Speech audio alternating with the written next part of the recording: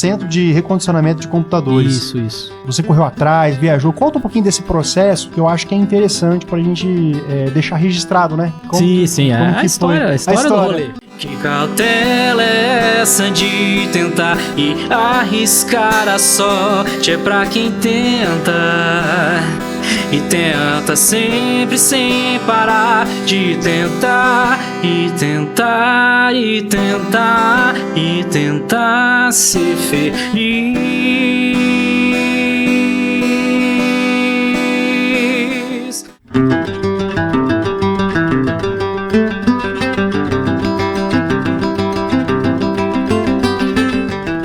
Muito bem, estamos aqui com o meu amigo Evandro. Evandro, muito obrigado, cara. Rapaz, eu que agradeço, né?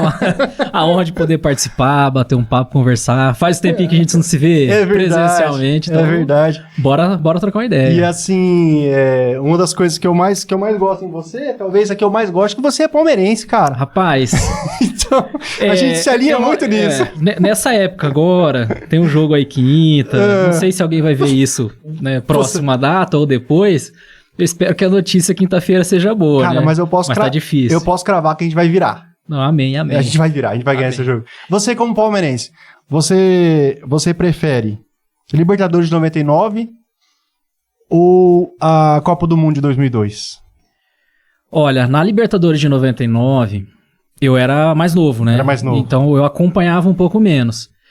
Mas, não onde eu morava, era um condomínio assim, né, com vários blocos e tal, a gurizada sempre se juntava pra ver esses jogos, né, da Libertadores na quadra. Então a gente levava uma TV, a galera toda assistia lá. Então eu tenho essa nostalgia não só por ser o Palmeiras, né, por ser o meu time, mas por estar ali com os colegas, com os amigos e se divertindo. Marcou bastante. Só que eu não me recordo tanto dos jogos, né? Eu me recordo de relances assim. Mais da emoção. A emoção assim, foi grande, porque tinha uns pais ali junto, estourou o rojão da época que podia, né? Sim. Aí foi bem divertido assim. Já da Copa, eu já acompanhava futebol. Direto. Você era louco. Direto. E vendo... Acordava de madrugada pra assistir. Acordei. Não, eu vi todos. Vi todos os jogos. O gol de biquinho do Ronaldo contra a Turquia. Ronaldinho. Aquela ânsia pro gol sair logo na final. Você vendo os caras tentando. Não, isso eu lembro bem nítido, assim. São dois sentimentos distintos, né? Sim. Um pelo time que eu torço desde criancinha. Sim. E outro pela equipe que representa o país, né? E hoje dá essa nostalgia maior ainda porque a gente vê que a coisa degringolou. Sim. E nem imaginávamos, né, que teríamos saudade daqueles caras lá, né? Cara, eu assisti entre 94 e 2002, e eu sou mais 94. Você é de qual ano que você nasceu? Eu nasci em 87. A gente nasceu no mesmo ano. Mas eu acompanhei, cara, 94 muito. Eu não consegui acompanhar muito. Tem relances, assim. Sim. Cara, eu lembro na escola, demais. Tá. Meu pai comprava um salgadinho, a gente ficava assistindo. Meu pai tirou férias na época pra gente assistir, cara. Então, assim, 94, cara, foi muito massa. 2002 também foi bacana, né? E aí a gente vê 94. O Brasil bem, 98 na final, tomou um ataque a mais. Porra, chegou na final. 2002 campeão. Aí, velho. De lá pra cá. A gente ficou um pouco mal acostumado, né? Foi uma geração que acompanhou craques ali que a gente pode falar até hoje dos lances, né? Puxa, até na de 2006, hein? Que era aquela Copa, né? Ali foi um pecado, né? Foi. Roberto Carlos foi arrumar a meia no horário errado. Ele conseguiu acabar com o nosso sonho, mas não é culpa só dele, não, né? A gente brinca aí. Ô, Evandro, a gente poderia ficar falando de futebol aqui até amanhã, né? Cara, com certeza. Mas a ideia aqui é a gente falar um pouco desse seu percurso, da sua trajetória, né? Então, assim, faz de conta que essa câmera aqui é a sua bio e fala aí quem é você, o que você faz, conta um pouquinho pra gente, assim, a sua bio do Instagram, hein? A nossa bio do Shift. Assim, falar sobre... O próprio ego, falar sobre o próprio nome, eu acho um pouco complicado, né? Porque assim, eu tenho duras críticas com relação o afofamento do auto-ego. Sim. Mas se eu tivesse que descrever, diria meu nome, né? Evandro Luiz Souza Faleiros, filho do Márcio, da Célia, irmão do Flávio, esposo da Nathalie, pai do Gustavo. e com alguns bons amigos, inclusive você aqui. Obrigado. É assim que hoje eu faria uma descrição enquanto ser, porque para mim essas relações vêm antes de qualquer outra coisa, e é importante falar isso, né, de coisas, né, dar mais valor às pessoas, a quem tá ao nosso entorno. Então hoje eu faria essa descrição, porque é isso que eu sou, essa é a minha essência. Enquanto profissional, sou outras coisas, trabalho num local, enquanto colega, enquanto amigo, sou outras coisas, né? Mas pensando no lado profissional, que é onde a gente acabou se conhecendo, né? Sim. Tenho graduação em Ciência da Computação, mestrado em Ciência da Computação, e ali no Instituto Federal eu atuo hoje principalmente no curso de jogos digitais. Tá, isso aí. Então vamos começar ali. No ano de 2009, quando você decidiu... Terminou em 2009, né? Eu finalizei a minha graduação batendo ali finalzinho de 2009, tá? E colei grau no início de 2010. Tá, então assim, antes de entrar na faculdade, por que você escolheu Ciência da Computação? Ciência da Computação, porque... Cara, a gente nasceu numa época que não se tinha muito acesso, né, a tecnologias como um todo, e na nossa infância isso foi crescendo. Foi, verdade. E meu pai, na época, fez sociedade, né, com alguns amigos dele, e montou uma empresa de desenvolvimento de software. Olha, que então, legal. Eu acompanhei a área de TI desde muito cedo. Que então, eu sempre tive acesso a computador em casa, muito rápido, porque meu pai trabalhava com isso, teve por muitos anos, hoje está aposentado, por muitos anos ele teve empresa de desenvolvimento de software. Só que eu não sabia o que era isso. Apesar de ter o contato, é assim como os nossos estudantes, por exemplo, de informática para a internet que entram lá. Nem imaginam que vão estudar programação, vão desenvolver software, vão ver muita matemática. Então eu entrei meio na paixão, assim, é legal, meu pai faz isso, que bacana, eu gosto de tecnologia, eu gosto de jogar. Sim. Então eu fui nessa. Sim. Assim, não me arrependo de forma alguma. Certo. É até uma complicação que muita gente tem, né? Às vezes entra na paixão, mas não curte o curso. Não, eu curti o que eu podia, aproveitei o que eu podia. Então veio um pouco de observar ali dentro de casa as profissões que estavam ali, né? Minha mãe é professora do estado e do município, ela é da área de artes, né? Ela é professora, servidora pública também? Sim. Olha, que legal. Eu tenho esse lado professoral, esse lado docente também ali de casa. Então, fui juntando tudo que eu observei na minha infância, né? Tanto que na minha área ali de concurso, que é desenvolvimento web, né? A gente trabalha muito com design, né? Muito com a parte artística do processo, né? Então, eu juntei o que eu vi ali dentro de casa como exemplo. Então você é tipo um filho do Bill Gates, assim, vamos dizer, Elon Musk e tal. Quem dera a conta bancária do pai fosse como a do tio Bill, mas não nasci herdeiro. Tá, né? E teve que ralar. Tive. Não teve caminho. Era o único jeito, era estudar. Sim. Qual que foi essa ideia sua de ir para a área licenciatura, de dar aula e de entrar num instituto federal ou em alguma universidade? O que você pensou sobre isso? Você planejou isso? Hoje você é servidor do Instituto Federal? Não planejei, não. E você resolveu fazer o concurso, apareceu o concurso, você falou, vou lá fazer. A lá louca. Tem nada pra fazer domingo, vou lá fazer esse concurso aí. Tô aqui de boa, vou lá. Mas foi muito parecido com isso. Sério? Por que aconteceu?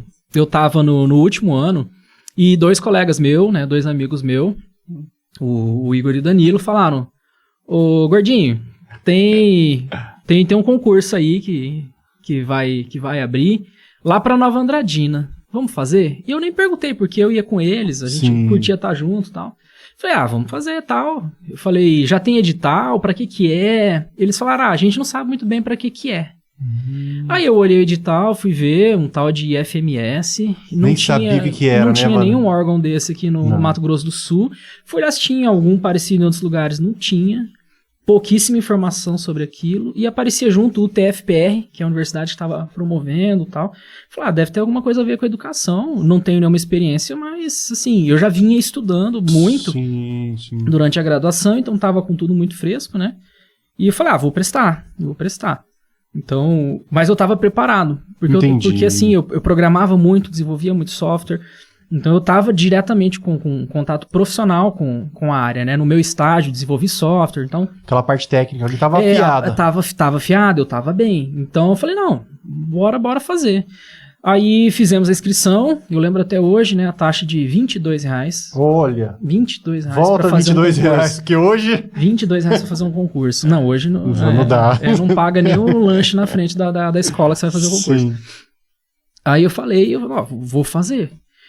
Eu fui pra prova, fui confiante. Quando eu me debrucei na prova, uma prova, boa parte dissertativa, eu não tinha feito concurso ainda, mas pelo menos 60% da prova, 70% da prova era dissertativa. Então você tinha, no meu caso, né, de programação ali, você tinha que desenvolver software na caneta. E eu nadei de braçada porque eu estava programando o tempo. Eu passei os 2 últimos anos da faculdade me preparando pro mercado. E na prova caiu programar. Sim, e aí eu falei, cara, vou dar o meu melhor. Fiz a prova e, né, não criei tantas expectativas assim. Falei pro meu pai e pra minha mãe, acho que fui bem e tal. Esses 2 amigos não foram fazer. Olha! Acabaram não fazendo. E próximo, assim, de sair o resultado, eu nervoso e tal, porque aí eu já tava semi-desempregado, porque eu já tinha passado em tudo, já tinha defendido o TCC, eu tava esperando colar o grau. Então eu fiz o concurso ainda sem ter o diploma. E eu falei, não sei o que eu vou fazer, vai que passa. A minha mãe falou, primeiro faz a prova. Né, depois você se preocupa com isso. Depois você se preocupa com isso e tal, eu sou mega ansioso. Chegou no resultado, minha mãe tava limpando a casa, meu pai não tava, meu irmão também não tava. Eu abri o site, eu quase tive um treco, porque eu não esperava de forma alguma, sem estar formado, olhar para uma lista de aprovação de concurso e meu nome tá lá, você tá convocado para a prova de didática. Né, com uma ótima colocação, eu falei, cara, agora eu tenho que aprender a dar aula. Então eu caí de paraquedas. Sim. Porque o meu intuito era mais acompanhar os colegas, né, pela zoação, viajar junto. Sim. Um deles era, né, de Nova Andradina, o Igor, a família toda de lá, fiquei na casa dos familiares dele, agradeço muito, inclusive. E falei, vou pelo rolê. Sim. Vou pelo rolê, depois eu volto e entrego o currículo. Né? É o que se esperava. E eu não tinha título, né? Então, numa prova de título, eu não tinha nem meu diploma. Não tinha nem graduação direito. Aí a minha mãe chorou, assim, depois meu pai também ficou bem emocionado e tal. Fui pra prova didática, né? Consegui a aprovação e aí a ficha começou a cair. Porque, assim, eu tinha dado aula em minicursos, né? Nos 2 últimos anos de graduação, eu me ofereci nos eventos, né, de tecnologia da universidade, na UEMS, para dar essas aulas, né? Mini curso disso, mini curso daquilo. Então, era a única experiência que eu tinha. E de ensinar minha mãe a criar um e-mail, essas coisas assim. Mas eu não sabia como ensinar, né, um jovem estudante, um adulto a programar, a desenhar uma peça artística para virar né, um pedaço de um programa, de um software. Eu tive que aprender isso em tempo de execução. Olha. E né? ali o seu primeiro campo de lotação foi Nova Andradina, né? Foi Nova Andradina. O concurso de 2009, ele só previa um campus no estado. E não se tinha noção de quantos outros teriam, porque foi uma época boa para os institutos, para as até então escolas técnicas, que foi quando houve uma expansão da rede federal, quando foram criados os IEFs. 2008, hoje eu sei disso. Sim. Na época a gente não imaginava que era um movimento tão grande, né? Que era um concurso tão grande assim. Sim. Então a quantidade de candidatos era altíssima, foi um concurso bem concorrido na época, porque foi uma época que voltaram a fazer concursos. Era já há alguns anos sem concurso e de repente, né? Foi o boom dos concursos. Foi o boom dos concursos, né? E o que eu fico feliz é de, mesmo sem querer, ter me preparado para isso. Né? E dentro desse contexto muito feliz, muito proveitoso, tô aqui hoje. Oi, Evandro, que massa. E você ali, cara, você lembra assim, a primeira vez que você entrou em sala de aula ali? Você foi para dar aula no curso técnico informática. Técnico informática. Como é que foi, cara, esse baque, assim? Pô, cara, você era gurizão ainda, né? Tipo, 20 anos? Eu tinha cabelo, Né? Hoje eu não tenho mais. Eu tô num processo complicado aqui também. Depois a gente fala sobre o possível patrocinador, o pessoal da Manual. Isso, ajuda a gente. Ajuda a gente aqui, ó. Eu volto pra falar, a gente faz um teste, enfim, sei lá. Mas eu tinha... Por que eu tô falando que eu tinha cabelo? Eu tinha o cabelo aqui. Ah, sério? Então era todo jovenzinho, roqueirinho, né? Nossa. Então eu entrei muito guri ali. Eu tinha 22 anos. 22. Tá? Eu ia fazer 23, né? No meu primeiro ano ali de concurso. Então eu fui pra uma sala de aula com um monte de gurizada ali de 14, 15 anos. Ela olhava pra mim e falou, pô, é ele que é o que é o professor?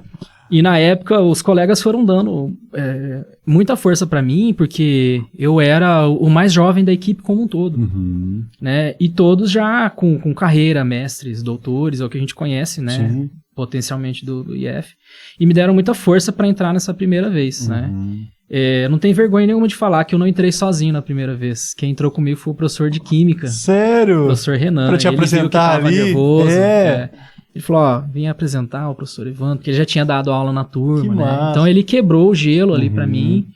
E eu não tenho vergonha nenhuma de falar, porque eu não me formei pra aquilo, né? Sim. Eu me formei pra fazer software, não pra ensinar a fazer software.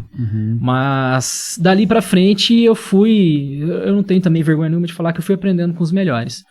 O grupo que foi formado ali em Nova Andradina no início é um grupo que eu nunca mais tive acesso a uma equipe como aquela. Não falando mal, nada dos demais, mas foi uma equipe especial em vários sentidos. Era uma equipe multidisciplinar, profissionais de extrema competência, né, que vieram para fazer essa implantação. Então, muitos deles voltados para a educação, já davam aula há muito tempo. Então, eu fui pegando o fio da meada com eles. Eu fui observando eles, perguntando, conversando, vendo como eles davam aula, como eles planejavam, né, como faziam seus planos de ensino, qual que era a melhor abordagem para ensinar o tópico X, o tópico Y, enfim. Eu aprendi, hoje eu posso falar, com os melhores que eu poderia aprender. Isso foi muito bom, porque foi uma prática ali que você não tem muita brecha para erro, né? Você já tá em sala de aula, é trocar o pneu com o carro andando. Andando, não tem jeito. E eu sempre fui muito sério com relação a isso, né? Tentei e ainda tento e vou tentar até o final da carreira dar aquela melhor aula que eu posso, com as condições que eu tenho, com os recursos que eu tenho. Então eu peguei isso sempre como mantra para fazer tudo que podia e muito observando eles, né? O Evandro, hoje já há 15 anos, né, cara, lecionando, né? Praticamente foi seu primeiro trampo ali, seu primeiro emprego. Você tá me fazendo me sentir velho, né?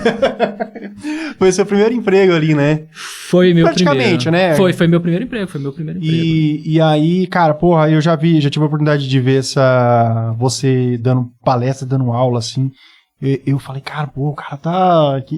É gostoso de ver mesmo que você tem esse sentimento de gostar do que faz, né? Sim, cara, eu gosto. Então isso é muito legal, acho que os alunos, quem tá te ouvindo ali, também percebe tem essa percepção de quanto que você se entrega pra fazer aquilo, né? Você também foi coordenador de curso lá em Nova Andradina, né? Fui coordenador. Como que é essa experiência, assim, tipo, de assumir uma coordenação, de lidar com outros professores, né? Você ainda era jovem, estava aprendendo ali, e ganhar essa responsabilidade também é algo interessante, assim, né? Muito. Eu cresci muito enquanto profissional e enquanto pessoa nessa época das coordenações. Porque quando você trabalha com gente, o buraco é bem mais embaixo, em múltiplos aspectos, né? Então, era uma instituição extremamente nova, com pouquíssimos regulamentos escritos, né? Então, com poucos processos estabelecidos, e a gente teve que criar muita coisa do zero. Boa parte dos documentos que se usam hoje no IF saíram lá daquela época, porque a gente foi, de alguma maneira, desbravando as possibilidades, entendendo um funcionamento para se criar uma instituição. E eu, com 23 anos, fui já posto nesse desafio, né? Chefiar ali, de certa maneira, organizar as ações de uma equipe e não só pensar, né, nos aspectos trabalhistas, e sim, principalmente educacionais. Então, uma instituição nova no estado, né, com um slogan novo no país, uma rede federal nascendo. e sem muita documentação para te guiar, a gente se abraça um no outro e começa a criar, porque não dá para desistir, não dá para parar, não tem que fazer, não dá para chorar. Sim. Você tem que fazer a coisa acontecer. Sim. E eu volto a falar, a nossa equipe era muito boa. Então, eu tive sorte de estar ao lado de pessoas que auxiliaram nesse processo. Então, a gente conversava muito, as decisões eram sempre tomadas em conjunto, até porque o impacto maior era em cima de nós, servidores, e também dos estudantes, né? Então, todo projeto de curso que ia ser escrito, né, toda abordagem que era pensada em conjunto para que a gente chegasse a alguma coisa de qualidade. A gente sempre buscou isso daí. Mas foi um baita desafio. E aí, cara, você ficou lá, então, em Nova Andradina até quando? Até assim, Entre finalzinho de 2014 e 2015. Aí você... né? Então, entrei com um processo para vir para cá, né? Porque estava em implantação. Só que você não pode vir enquanto não tem alguma aula prevista, alguma coisa, né? Então, quando foi começar um curso que tinha a ver com a minha formação, eu consegui vir. Qual foi essa temática do mestrado, que você optou por entrar no mestrado, você lembra? Porque eu tenho aqui, ó, mestrado em Ciências da Computação, você fez na Facom. Isso, exato. Universidade Federal de Mato Grosso do Sul, né? Uma abordagem colaborativa bioinspirada para a localização e mapeamento simultâneos de agentes móveis utilizando a visão monocular. Cara, só uma pergunta assim, quando a pessoa vai escrever o título do mestrado, tem essa... A pessoa para alguns dias pra escrever um nome aqui, cara, que o cara vai ler o nome... Ele para. Né? É a capa do filme. É a capa do filme. Entendeu? Então, igual você ia na locadora, né? Sim, tinha, né? Sim. Você devolvia a outra sem rebobinar e você ia escolher. Isso. Aí você olhava a capa. Bate a capa, assim. Não tem trailer, não tem nada. Só o nome. Então, quem vê o paper, vê o trabalho, vê um artigo, alguma coisa, é o título. É, né? O título, é verdade. Pelo título, você... vou ou não ler o resumo. Você lê o resumo, vou ou não ler o artigo. Sim. Então, o título... Só que assim, é um título grande porque foi uma abordagem que realmente reuniu uma série de tecnologias, né, até inéditas na época, para resolver um trabalho de computação bioinspirada, né? Mas o foco é em robótica e vigilância de ambientes, usando técnicas que consideram aspectos da natureza para resolver esse tipo de problema. Então, só para ter uma noçãozinha, eu não vou entrar em tantos detalhes técnicos assim, mas é o seguinte, eu consegui estabelecer, durante o mestrado, uma técnica bioinspirada em formigas. Então, as formigas, quando elas querem se localizar para ir do ponto A ao ponto B, elas soltam ali no ambiente o famoso feromônio, né? Então, por meio do feromônio, esse caminho do ponto A ao ponto B é traçado, então as demais formigas da colônia seguem o feromônio e chegam no local. Então, identificou, né, um pedaço de bala no chão, você vê, tá cheio de formiguinha. Se você olhar, tem um caminhozinho ali de feromônio, né, que você sabe que elas estão passando por ali, e o motivo é esse. Tem um hormônio que está sendo depositado nesse caminho e elas andam por ali. Eu fiz isso com robôs.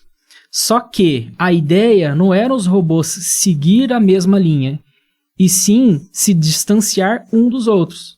Por que isso é importante? Se eu tenho 8 robôs, né, que está vigiando o pátio de uma empresa, e esses robôs querem maximizar essa possibilidade de encontrar um invasor, eles não podem andar junto. Tá, você tem um pátio lá de 1 hectare, cheio de caminhões lá estacionados. Se eu pegar esses 8 robôs, né, 8 drones ou 8 veículos não tripulados e andar juntinho, vai dar ruim, porque você cria muito ponto cego no ambiente. Então, eles têm que estar distribuídos. Então, na hora de distribuir, o que eu faço com cada robô? Cada um deles solta um pouquinho de feromônio, só que isso é virtual. Então, ele não solta um hormônio de verdade, ele é virtual. Então, eu tenho um computador que sabe onde cada robô tá, e esses robôs ficam mandando sinal. Eu tô aqui, agora eu tô aqui, eu tô andando aqui. Então, eles andavam pelo ambiente, eu fiz isso como uma simulação, e quando eles identificavam o feromônio dos demais, tem gente que já passou aqui, então eu vou evitar. Cara, que interessante. Então, eles se evitavam usando uma estratégia inversa ao que está na biologia, né, o que está na natureza. E para eles andarem e se identificarem espaço, eles usaram visão monocular.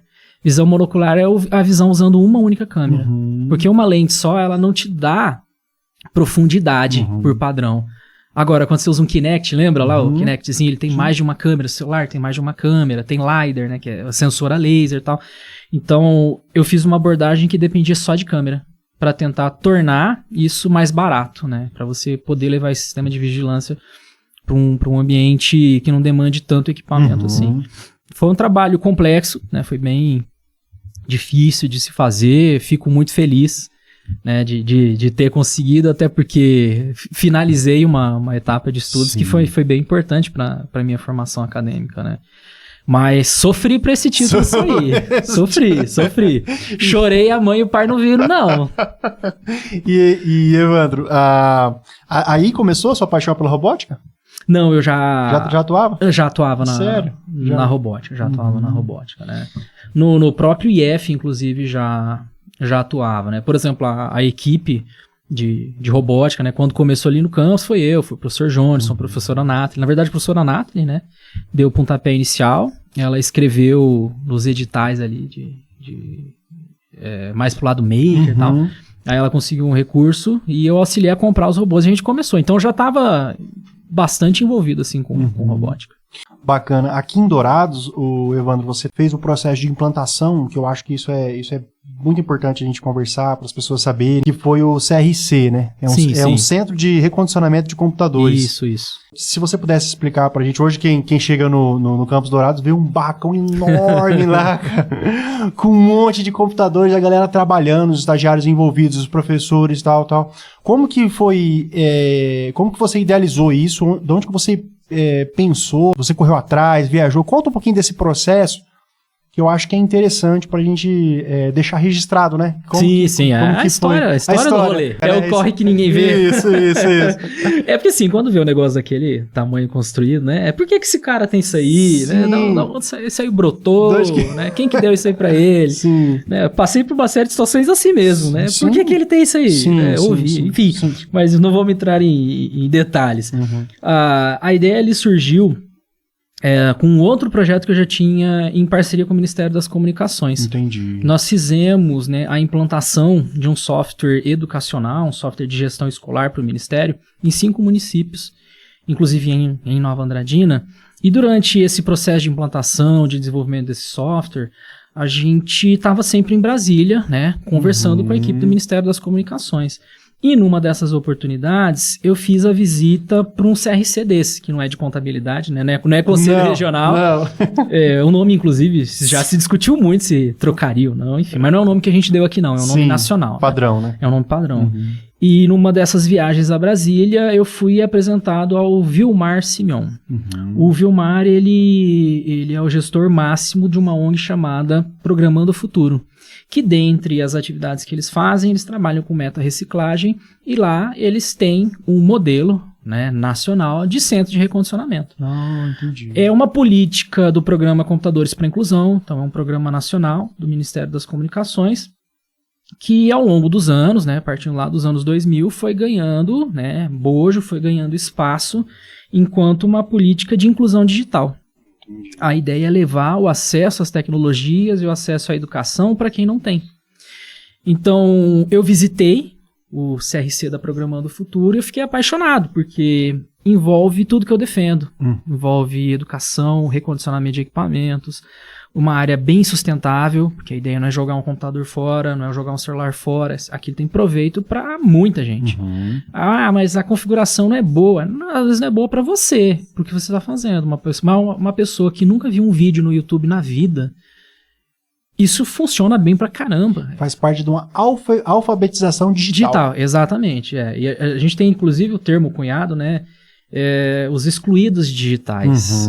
Então a exclusão digital ela é gigantesca. Né? Aqui mesmo em Dourados, inclusive. Sim, né? Então esse analfabetismo, né? É até ruim falar isso. Digital, ele tem que ser extinguido. Sim. Né? Então a ideia do projeto como um todo é essa. E é importante que as pessoas tenham, né, esse conhecimento do processo, da parte histórica, de onde surgiu. Então começou assim. Eu conheci esse centro, voltei para Dourados e conversei com a gestão, até então o professor Carlos Vinícius, né, a professora Nathalie e o Danilo, e falei para eles, olha, eu conheci isso aqui, eu falei, a gente não precisa abrir isso agora, a ideia é, de alguma maneira, a gente se fortalecer enquanto instituição para poder abrir. Eu falei, eu me sinto em condições de já projetar, né, de pensar nisso daqui, já tem os parceiros que estão à nossa disposição, então a ideia é voltar no outro momento em Brasília e fazer a proposição. E isso aconteceu mesmo, né? Então eu comecei a estudar a legislação, política nacional de resíduos sólidos, né? Porque é tudo muito incipiente, né? Pouco se sabe. E nesses estudos que eu fui fazendo, fui vendo como a instituição poderia receber esses recursos, como que a gente poderia trabalhar, por meio de um TED, né? Um termo de execução descentralizada. Então fui estudando tudo isso e culminou que numa ida minha, né, para Brasília, eu convidei o professor Carlos, ele foi junto, ele tinha outras agendas. Nós fomos ao Ministério das Comunicações e comentamos que em breve a gente pretendia fazer uma proposta. Eles falaram, nossa, que bacana, a gente realmente está querendo expandir nos estados e o estado do Mato Grosso do Sul não tem nada. Olha. Vocês topam abrir? Eu falei, então, é isso que a gente quer. A ideia é essa. A ideia é essa, né? Aí eles perguntaram, vocês já têm um projeto? Eu falei, olha, eu tenho algumas coisas esboçadas, mas eu não tenho os detalhes do que é necessário para abrir, detalhes dos custos, né? Eles falaram, mas vocês conseguem entregar amanhã? Sim.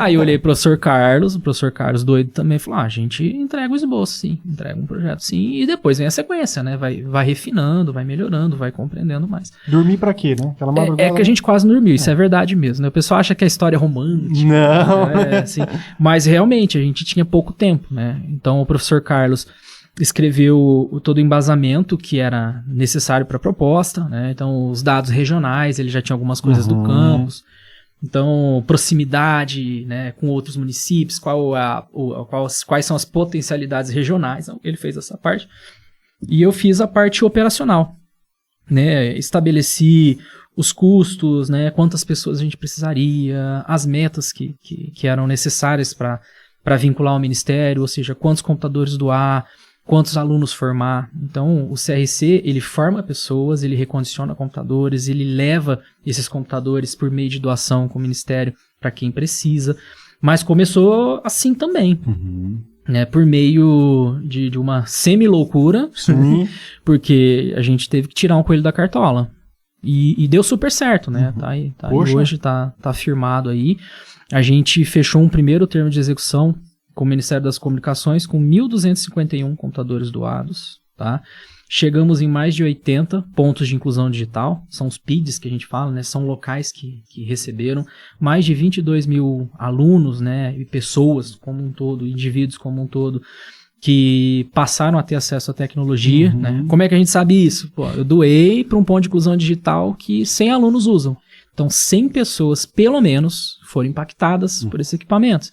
Então a gente tem um mapa onde cada um dos computadores foi doado, quantos foram e quantas pessoas tem naquela escola. A gente obtém isso nessas plataformas nacionais, né? Sim. Que cada escola informa quantos estudantes tem, enfim. Então esse número de 22 mil ele também não saiu não tá inflado, da cabeça do careca, não. Não foi inflado. Não, tá lá, tá no mapa. A gente mostra, ó, tá aqui, doamos aqui, tá aqui o termo, né? Então a gente sempre teve muita seriedade nesse processo. E pelo menos 800 alunos formados no primeiro ciclo. A gente já passou de 2 mil alunos formados, né?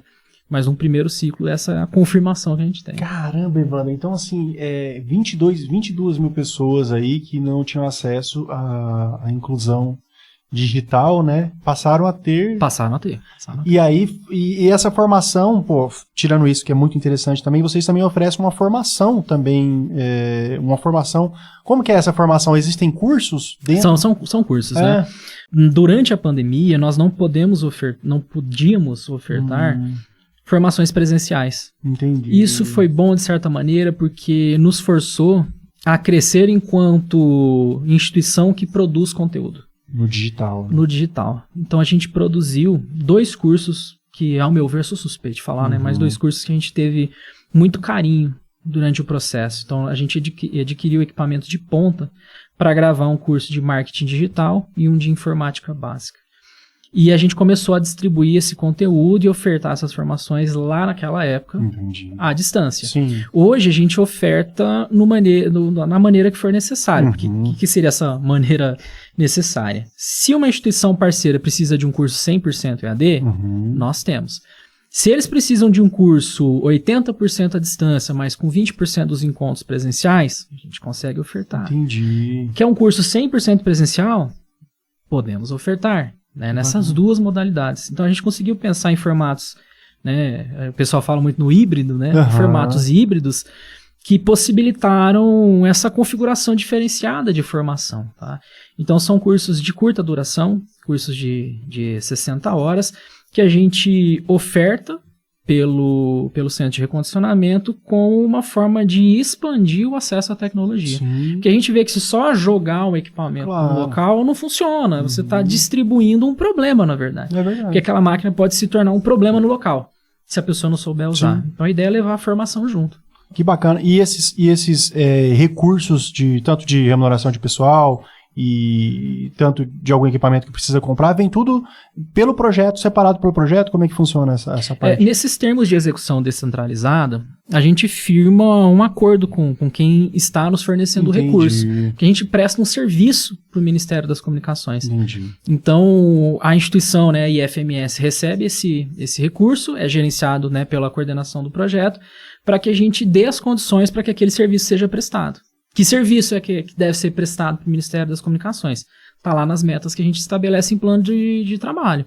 Formar 800 estudantes, doar 1.250 computadores. Então, tem lá as metas que têm que ser cumpridas e a instituição CRC é pago para fazer aquilo. Né? Então, a instituição Ministério das Comunicações descentraliza essa ação para que alguém a cumpra. E essa é a ideia. Tipo, é uma contratação. Sim, sim.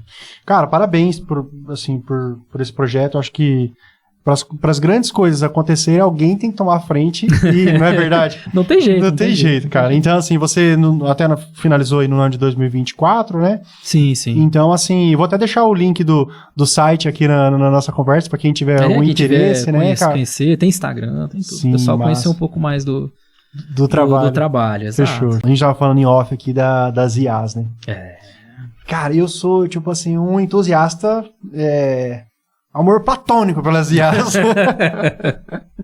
Tipo, e eu acho que você tá nesse meio, né, digital, da robótica, CRC e tal. Qual que é a sua percepção sobre as inteligências artificiais? Eu sei que professor de informática não gosta muito de imagem digital, né? Não tem muito isso de vídeo digital. Tem um preconceito, né? Tem bastante polêmica. Eu conversei com acho que com o Rodrigo lá. Essa imagem aí é de ar, né? Eu falei, mas qual que é a sua opinião sobre isso? A gente deve dominar ou a gente deve se afastar um pouco? Cara, eu tenho algumas opiniões até controversas, né? E eu vou dar algumas porque você pediu. Claro. Eu geralmente fico quieto. Não, eu quero isso. Porque eu costumo apanhar com algumas delas. Eu trabalho com arte digital. Eu entendo que boa parte dos artistas tem uma série de receios, até porque o que alimenta essas IAs são artes reais, artes produzidas por pessoas que às vezes não autorizaram o uso. Né? Então você, Marlon, vai lá, desenha um personagem, coloca no seu Instagram, a Meta vai lá, pega essa imagem e gera conteúdo em cima dela. Diversos casos comprovados mostraram violação explícita de direito autoral. Violação de direito autoral. Então eu não sou a favor disso.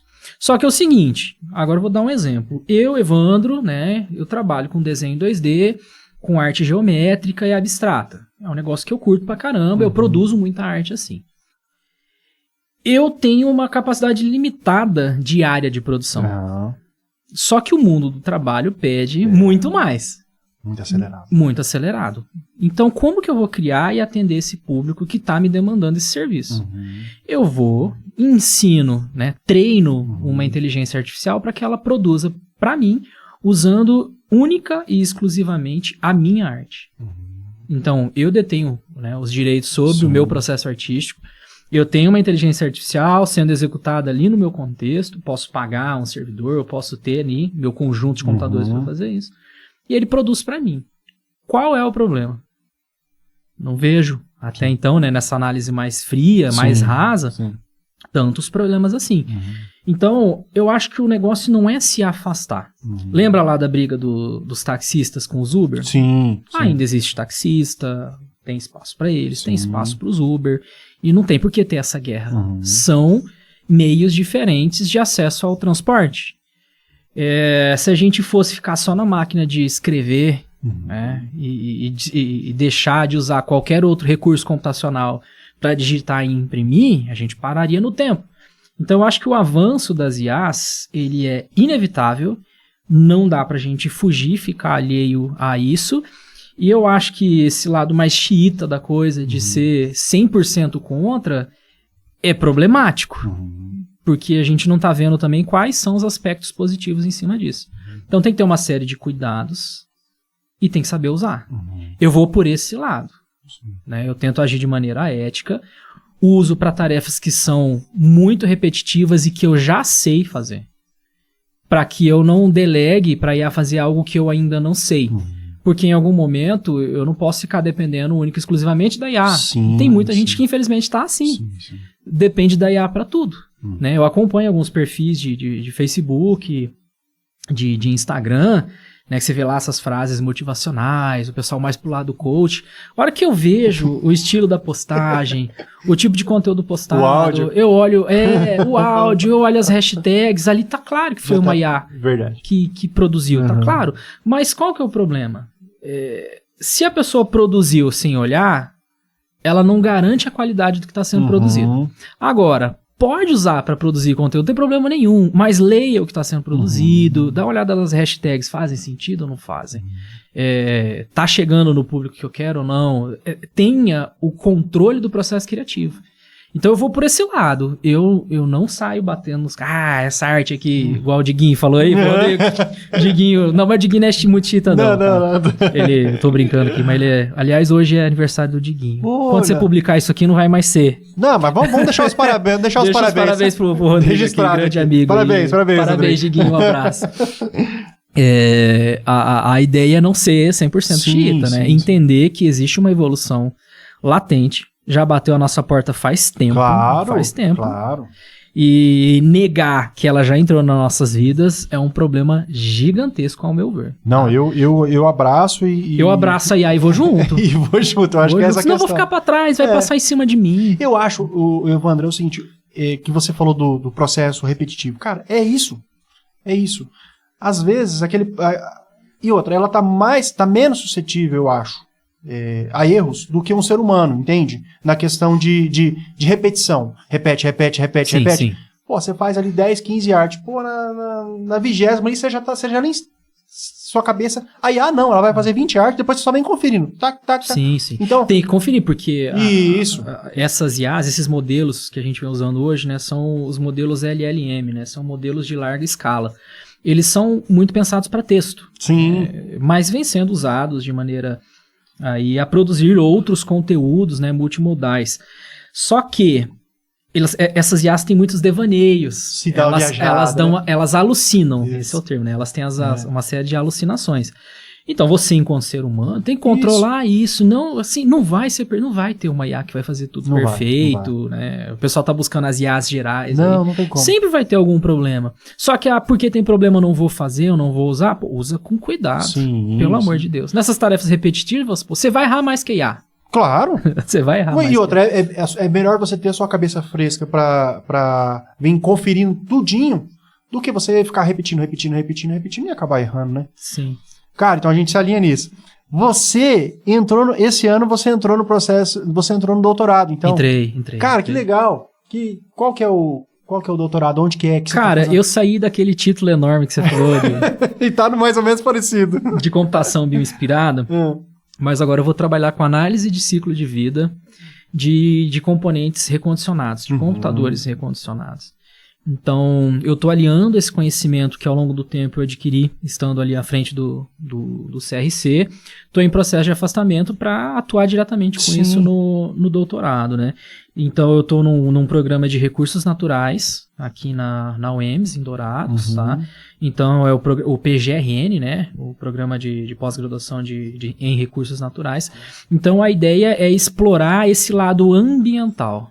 Entendi. Então, entender nesses componentes e no seu ciclo de vida quais são os metais que são dispersos ali no afluente de um rio, né? Sei lá, você pegou 100 computadores do IFMS e jogou num terreno aí. É óbvio que isso não acontece, não deve acontecer. Sim. O que acontece ali em 3 anos, em 4 anos, em 5 anos? Quais são os metais que vão para, né, os veios aí de rios, que vão para os poços que são cavados, enfim, que é para a água que está aí no subterrâneo? Então, eu tenho muito cádmio, eu tenho chumbo, eu tenho mercúrio, eu tenho alumínio, tem uma série de metais ali que podem, né, de alguma maneira influenciar a saúde do ser humano. Então, a ideia é estabelecer um conjunto de protocolos para conseguir ter um comparativo justo entre um computador novo, né, o que acontece quando um computador novo é produzido, quanto de água se gasta, quanto de metal se produz, quanto de lixo eletrônico se gera. E comparar isso, né, como eu disse, de maneira justa, com um computador que é recondicionado. No recondicionamento a gente gera resíduo, né, é inevitável, tem coisa que não dá mais para usar. Mas tem esse elo comparativo para pensar bem nesses ciclos de vida. Então, durante o doutoramento aí, a ideia é fechar bem esse escopo para poder produzir alguma coisa que auxilie no recondicionamento de computadores nacionalmente. Que legal, cara, que legal esse trabalho. Dentro dos recursos naturais. Recursos naturais. Então você sai da área da tecnologia, sim, entre aspas, sim. Né? E entra para atuar em outra área, né? Uma área bem diferente. Pô, isso que eu ia te falar. E as matérias básicas ali do doutorado? Eu sofro diariamente. Dá uma puxada, não dá não? Total. Porque você não tá seguindo na mesma linha, você tá abrindo um horizonte, né, cara? Que eu acho que é fenomenal. Já fiz visitas ao Pantanal, numa das disciplinas, né, do doutorado. A gente foi entender o bioma, né, do Cerrado, a gente fez uma série de análises em campo. Tá sendo uma experiência enorme porque eu tô vendo o outro lado da coisa, eu tô vendo onde o impacto real acontece. Eu tenho, né, de certa forma, né, o domínio voltado para a tecnologia e sei o que está ali dentro daqueles componentes. Só que quando eu vou ali na margem do rio e vejo o impacto real, a história é outra, inclusive desanimadora. Porque a gente vê o quão estúpido é o ser humano. Sim, terrível. A gente pode falar, quão burro é. Porque eu tenho a impressão que nós somos os únicos animais que destroem o local onde moram. E isso né, um ser que deveria ter tanta inteligência assim não consegue cuidar do próprio ambiente. Então eu tô achando bem importante eu entender mais de química, mais de biologia, para saber quais são os impactos na outra ponta. E os impactos são reais e alarmantes, né? E ainda mais está ambientado aqui no nosso bioma, né? A gente, né, muito próximo aos pantanais, né? Porque não só fui aprender isso, inclusive, no doutorado, né? Não existe um Pantanal só, né? Então tem a caracterização, né, do bioma nos leva a pelo menos 11. Ah, é? Pô, isso é interessante. Então, 11 Pantanais? São. Eu fui no Pantanal. Em qual? Entendi. Em qual que você foi? Entendi. Então eu fui num deles, ali na região de Aquidauana, para essa prática em campo. E assim, para mim tá sendo maravilhoso, porque eu tô aprendendo muito sobre vida, né, sobre vida. E eu brincava muito com beat, ficava escovando beat, né, programando. Sim. Então acho que é importante ter esse outro lado da coisa. E tô gostando pra caramba, mas sofrendo, mas tô gostando. Que massa. Boa sorte, são 4 anos, né? 4 anos. De muita química, biologia, análises em laboratório, análise de solo, análise de água. E escrita. Muita também. Isso aí.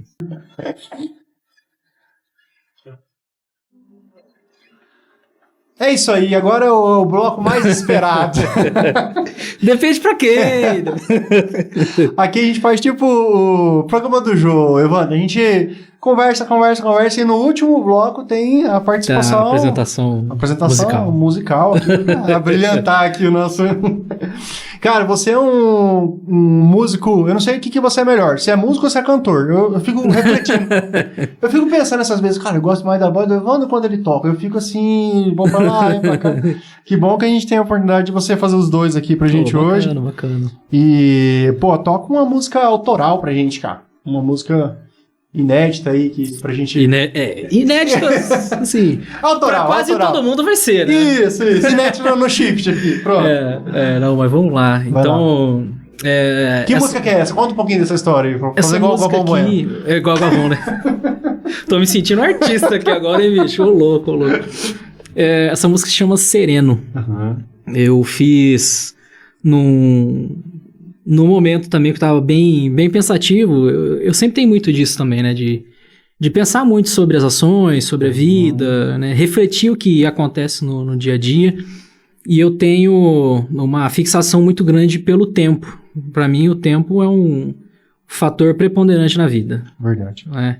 Porque ele é finito e passa rápido. E se a gente não dá bola, não presta atenção, ele vai embora. Você não tem controle. Né? Não tem como voltar, não tem como adiantar. Né? A gente tenta adiantar e sofre de ansiedade. Né? Então, se a gente olha muito para trás, você pode tá ali com um aspecto um pouco mais depressivo. Então, eu vejo que a gente não tem domínio nenhum. E tudo passa pelo tempo. Né?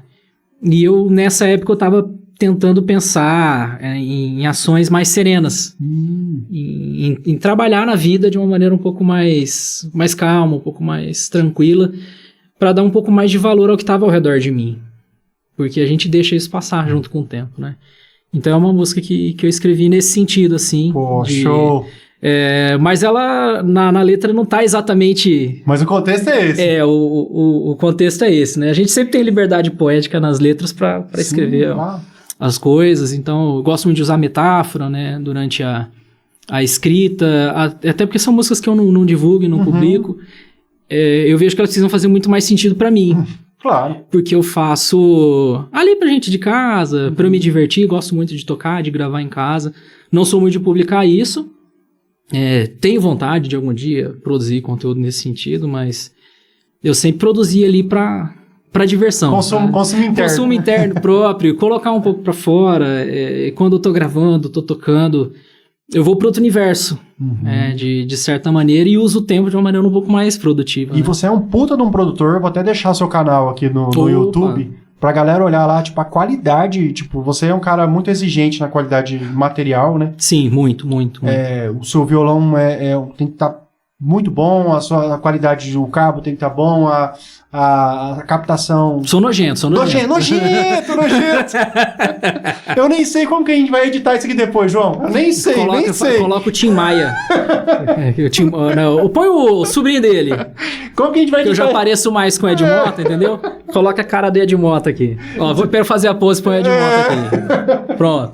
Então vamos lá, manda pra gente aí uma música aí. Vamos lá.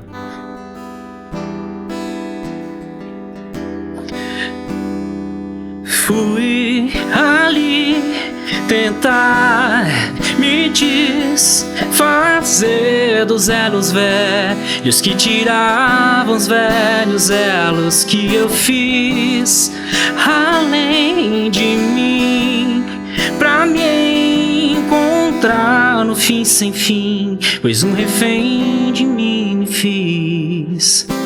Volto mais sereno e maduro do que faço, e se refaço é porque quis que fosse meu, que fosse seu, na divisão dos nossos traços, nossos laços e abraços, e entrelaços que nos fazem mais de um ser.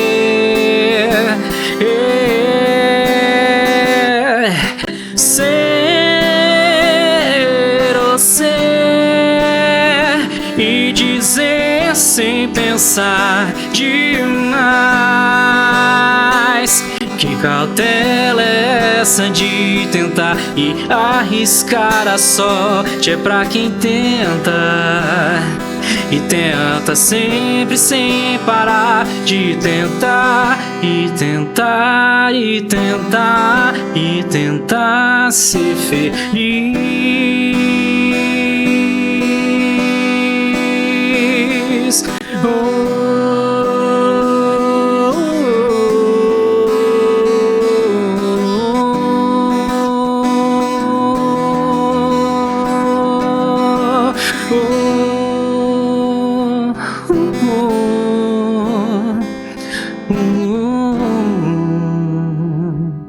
lá, repete. Mais um. Voz desaquecida total. Tem mais um? Tem. Manda mais um aí. Eu tenho que achar ela aqui. Não, porque eu tenho um probleminha com letras. Você não guarda a letra? Não. Eu tenho esse mesmo problema, mano. Não. Cara, você quer ver, tipo, a nota, assim, beleza. Agora, a letra... Não, a cifra vai embora, assim, né? Tanto que, assim, o que eu tenho sempre guardado aqui são as letras. As letras. A cifra vai... Não, vai embora.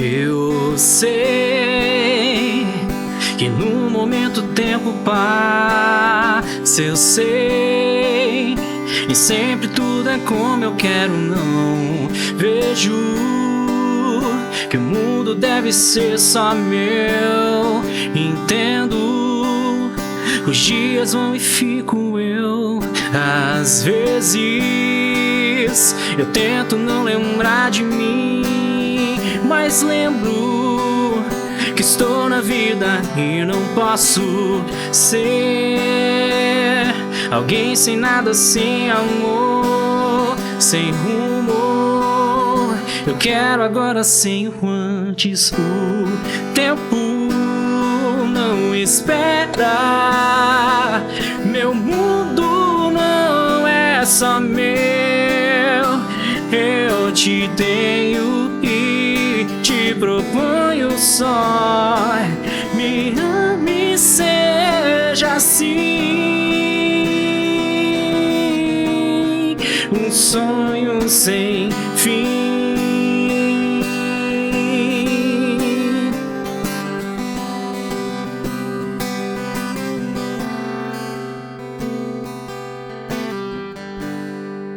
Pô, essa quedinha é bonita, essa quedinha, hein? Muito bom. Vamos fazer uma? Vamos, opa, claro. Deixa eu pegar meu violão aqui.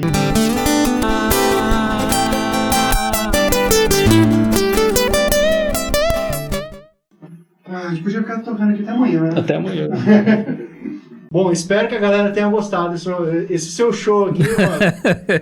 Tô destreinado faz tempo, mas a essência fica, Ficou, muito bom mesmo. E eu gostaria de te agradecer aqui pela disponibilidade. Opa, tamo junto. Ó, sabadão, 3h15, 3h30 da tarde. O cara tá aqui. O cheiro da fumaça subindo. O cheiro da fumaça subindo. Do churrasco. Tá tem que deixar bem claro isso, né? Do churrasco. Cheiro de churrasco lá, os trem estão gelando, né? E o cara aqui se propondo aqui a conversar com a gente. Então, muito obrigado, eu fico muito feliz. Você é uma pessoa muito querida, eu sempre...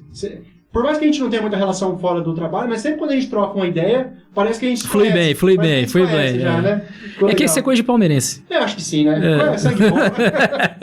Então, assim, pode deixar uma mensagem final aí, fica à vontade, se você quiser falar, se não quiser falar nada também, fica à vontade e tá com você, meu irmão. Não, as mensagens finais são sempre um problema, né? Porque assim, o papo foi muito bom. Foi. E é ruim finalizar.